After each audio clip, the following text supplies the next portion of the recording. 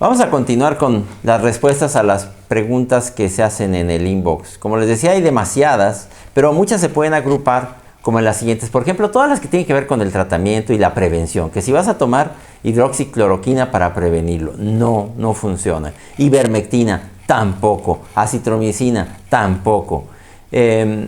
Hidróxido de cloro, tampoco. O dióxido de cloro, perdón, tampoco.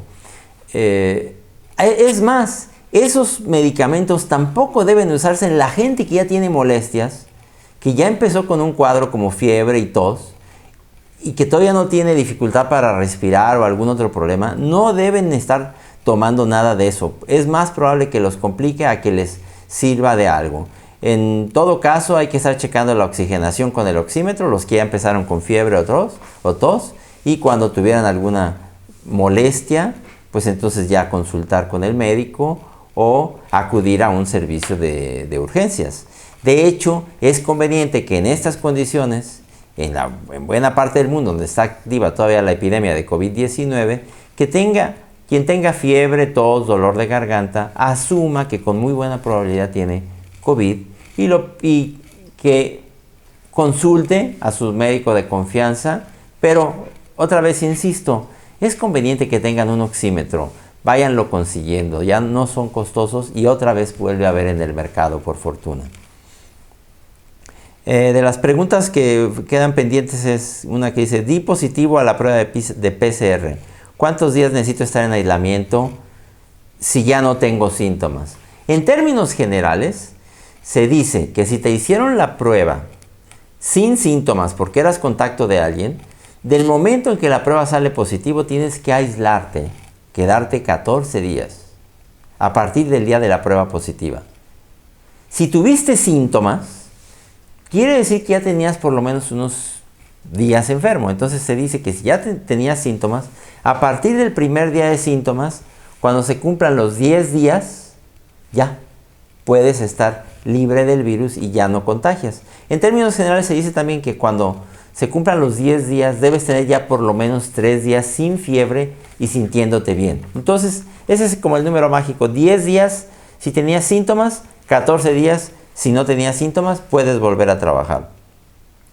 Dice, doctor, ¿qué porcentaje de los infectados son asintomáticos? Es que eso depende de las poblaciones. Los verdaderamente asintomáticos de los adultos, digamos, mayores de 40 años, son poco comunes.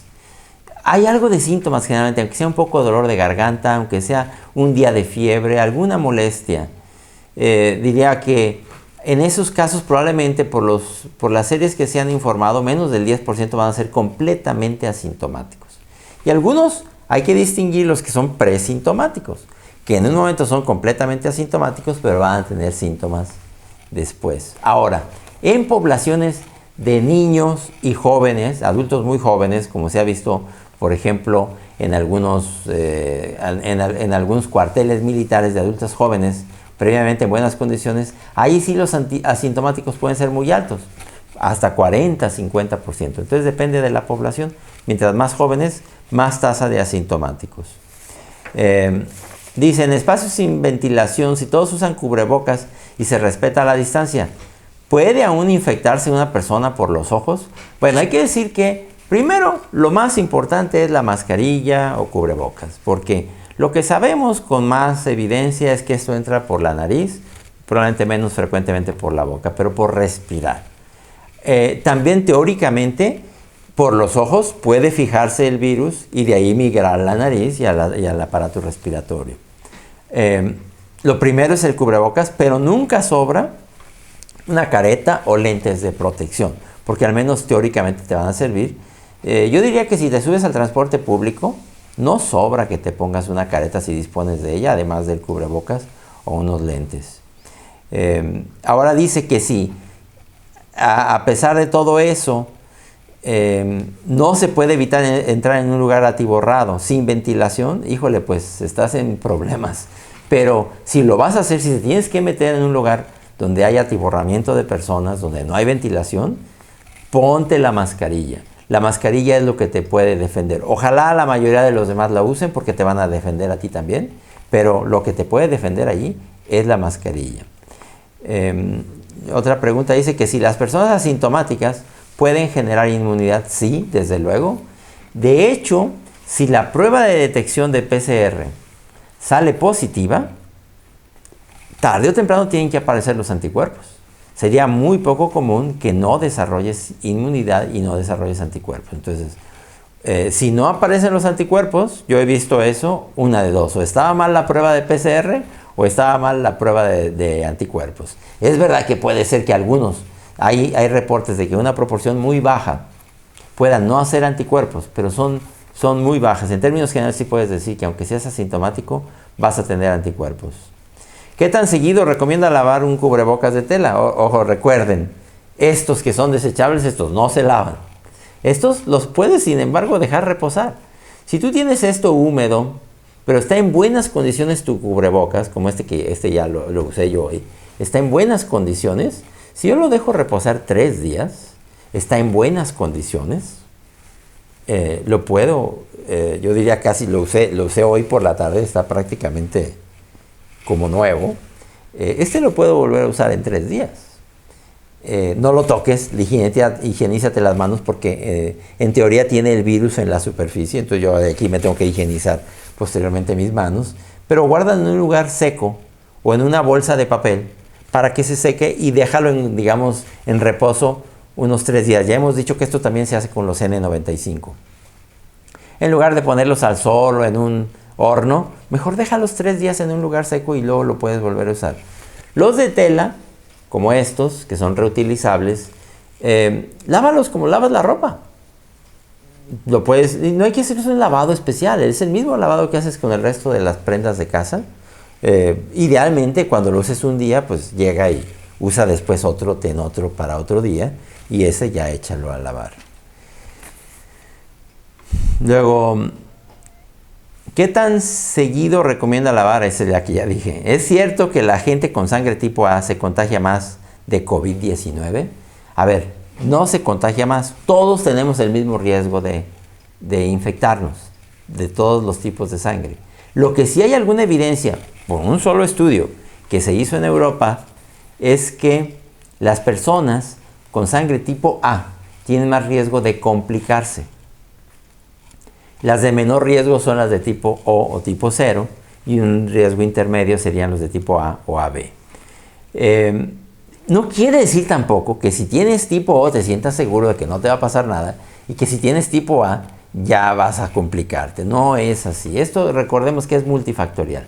La probabilidad de complicarte tiene que ver no solo con el tipo de sangre, sino con tu edad. Mientras más edad tengas, más probabilidades de complicarte. Con tu peso corporal, si tienes sobrepeso, si tienes enfermedades crónicas del corazón, de los riñones, también. Y se ha visto aquí particularmente relacionado con la gente que tiene hipertensión descontrolada. Entonces, es algo multifactorial, pero en eso una parte puede contribuir el tipo de sangre. Dice, ¿qué piensa de poner aceites esenciales o de lavanda para perfumar las mascarillas y que no huelan feo cuando respiras? ¿Disminuye eso su efectividad? No, si no exageras y le pones una gotita y te gusta eso, bueno, porque sí, algunas mascarillas, particularmente las N95, pueden dar un olor determinado. Yo lo tolero bastante bien y no creo que haya necesidad de ponerle perfumes. Eso me recuerda que en la Edad Media los médicos creían que se infectaban por los olores del paciente y entonces se ponían una especie de pico como de pájaro retacado de alcoholes con perfumes. Pueden ver las imágenes de eso en las imágenes de los médicos de la Edad Media. Si sientes una gotita por un lado, si sientes que te ayuda, pues no habría ningún problema, no va a perder eficacia el cubrebocas. Dice, ¿por qué no más puedo controlar la pandemia en América como en otras partes del mundo, en China, Corea o Europa? Bueno, en Europa hay que decir que no se crean que fue la gran cosa el control. Sí, algunos países como Noruega, Dinamarca. De hecho, recientemente salió una noticia curiosa que en Noruega fue tal el control que ha tenido el gobierno que disminuyó la mortalidad de la gente y ahora los dueños de servicios funerarios le están pidiendo al gobierno que les ayude a enfrentar la crisis porque se quedaron sin negocio. No solo no aumentó la mortalidad, sino que disminuyó. Pero en términos generales, digamos, España, Francia, Italia, la verdad es que tuvieron una epidemia muy fuerte como la que estamos teniendo en América y que simple y sencillamente tuvo una evolución prácticamente natural. Quienes sí lograron mejor el control fueron en Oriente, China, Vietnam particularmente, Corea del Sur, Singapur, Taiwán. ¿Qué nos ha faltado? Yo creo no solo a los mexicanos, a los latinoamericanos en términos generales. Yo diría aquí y ahora, y de acuerdo a las evidencias, que son contundentes para mí, actualmente ya el uso de el cubrebocas o mascarilla, yo creo que ya habría que tener en México, en Latinoamérica, y como ya se empieza a hacer en algunos estados de los Estados Unidos y en propio México en algunos estados, la mascarilla debe ser obligatoria, porque la evidencia es esa. Yo hoy leía una entrevista con el director de los CDCs cuando le preguntan, oiga, ¿qué hubiera hecho usted diferente? Y dijo, si hubiéramos sabido cómo iba a estar todo, hubiéramos desde un principio recomendado masivamente, generalizado el uso de la mascarilla. No lo hicimos a tiempo y fue malo. Lo reconoce. Creo que es bueno eso, poder reconocer, es que algo que no hicimos, pero vamos a cambiarlo, vamos a hacerlo, hay que decirlo, no pasa nada. Pero aquí y ahora tenemos que generalizar el uso de mascarilla en toda Latinoamérica, en toda América. Y debe ser, yo creo, un mandato que venga de las propias presidencias de la República y de las autoridades de salud. Eso, y además, las pruebas. Pero otra vez, no es hacer pruebas por hacer pruebas. Yo estoy de acuerdo en que hacer más pruebas por sí mismas no sirve para nada. Una prueba tiene utilidad cuando va a llevar a detectar tempranamente a una persona y luego a sus contactos para poderlos mandar a aislamiento. Y en términos generales que evolucionemos a una tasa de positividad más baja. En México, por ejemplo, de cada 100 pruebas que hacemos tenemos 50 positivas. Es una tasa altísima. Tendríamos que evolucionar paulatinamente. Tampoco vamos a tener el doble de pruebas mañana, pero paulatinamente vamos haciendo más para que la tasa de positividad vaya bajando y que ya sepamos que estamos metiendo el virus en control. ¿Cuánto es esa tasa de positividad? Pues idealmente menos del 10 o 5%. Para darles una idea, en Corea del Sur, para cada prueba positiva tienen 200 negativas, más o menos. En México, para una positiva tenemos una negativa aproximadamente. Entonces, esa tasa tendríamos que disminuirla. Y yo estoy seguro que hacia allá tenemos que ir, no solo para controlar este momento de la epidemia, sino para prepararnos para la nueva normalidad. En la nueva normalidad vamos a necesitar pruebas y vamos a necesitar decir, a ver, una región puede estar abierta si su porcentaje de positividad es de tanto por ciento. Yo diría de menos del 10%. Quiere decir que nos falta un buen tramo y mientras pues no podemos abrir bares, no podemos abrir gimnasios, no podemos abrir servicios religiosos y cosas como esas. Ok, entonces pruebas, detección temprana y en este momento mascarilla de uso generalizado. Yo estoy seguro que con eso podríamos controlar mejor la pandemia. ¿Corro algún riesgo de utilizar mis lentes de contacto? No.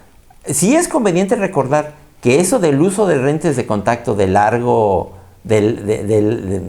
uso permanente no es conveniente. Los lentes de contacto lo mejor es quitarlos, lavarlos todos los días, guardarlos y volvérselos a poner. Eso de dejarse los lentes de contacto por semanas y meses no es conveniente. Así digan que es un uso de lente de contacto prolongado. Aún los usos esos de lentes supuestamente de uso prolongado se asocian con el desarrollo de úlceras de la córnea e infecciones por bacterias como Pseudomonas. Pero en relación con la COVID no tienen nada que ver. Vamos a contestar una última pregunta, hay todavía más, pero eso lo dejaremos para otra sesión. ¿Es cierto que los asintomáticos contagian menos que los sintomáticos? Digamos que en términos generales podríamos decir que sí es cierto en referencia con la carga viral. En términos generales, una persona sin síntomas lanza menos virus que una persona con síntomas, pero eso tiene sus sutilezas. ¿Por qué? Por ejemplo, una persona sin síntomas, pues nadie se cuida de ella y en ese sentido pues anda contagiando a más personas. Una persona que tiene síntomas, aunque pueda tener una carga viral más alta, pues sabe que está enfermo, usa su mascarilla, los demás saben que está enfermo y lo aíslan. Entonces, yo creo que de hecho, el gran problema de esta epidemia no han sido los sintomáticos, han sido la transmisión asintomática. Como leía yo también hoy, en la entrevista que le hicieron a Robert Redfield de los CDCs, que el gran problema en el mundo ha sido el no haber reconocido tempranamente la transmisión de personas asintomáticas y la transmisión por vía aérea, que ya reconoció la Organización Mundial de la Salud, y en el mismo sentido el reconocimiento del uso y utilidad del cubrebocas o mascarilla de manera generalizada, al menos en todos los espacios públicos cerrados. Muchas gracias.